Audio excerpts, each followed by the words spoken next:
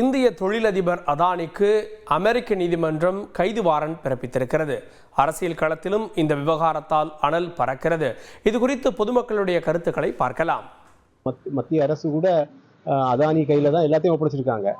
நிறுவனங்களையும் வளங்களையும் தேர்தலையும் வாக்கையும் எல்லாம் அவங்க அதானி தீர்மானிக்கிற அளவில் தான் இன்னைக்கு மாறி இருக்கு. ஆகவே அதானி மீது தகுந்த நடவடிக்கை எடுக்கணும், விசாரணை நடக்கணும். கடந்த ஒரு 10 ஆண்டு காலத்தில் இந்தியாவில் நடைபெற்ற பல்வேறு எல்லா பொதுத்துறை நிறுவனங்களையும் தனியார் மயமாக்கி அதானி கையில் ஒப்படைச்சிருக்கு அப்படின்னா இதுக்கு பின்னாடி மிகப்பெரிய ஊழல் நடத்திருக்குன்னு தான் சொல்லணும். அவர் பாரத பிரதமருக்கு நேரடி தொடர்பில் இருக்கிறவர். கீழ்மட்ட அதிகாரிகளுக்கு லஞ்சம் கொடுத்து அந்த ஆர்டரை வாங்க வேண்டிய அவசியம் இல்லை. இது எந்த அளவுக்கு நம்பகத்தன்மை இருக்குது உண்மைங்கிறது. உலக பணக்கார பட்டியலில் அதானி முக்கிய இடத்துல இருக்காரு. ஸோ அவர் மேலே தப்பு நீதிமன்றத்தில் சொல்லியிருக்காங்க. ஸோ இது கண்டிப்பாக குற்றம் நிரூபிக்கப்பட்டால் தண்டனை வாங்கி கொடுக்க வேண்டியது இந்திய அரசாங்கத்தோட கடமை. இதை எதிர்க்கட்சிகளும் மிகப்பெரிய அளவில் குரல் கொடுத்துட்டு வராங்க.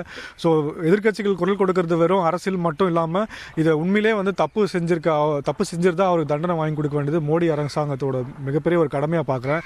உலகளவில் சர்வதேச நாட்டிலையும் அதானி மேலே இன்னைக்கு நம்பிக்கை இழந்து கொண்டிருக்கிறது.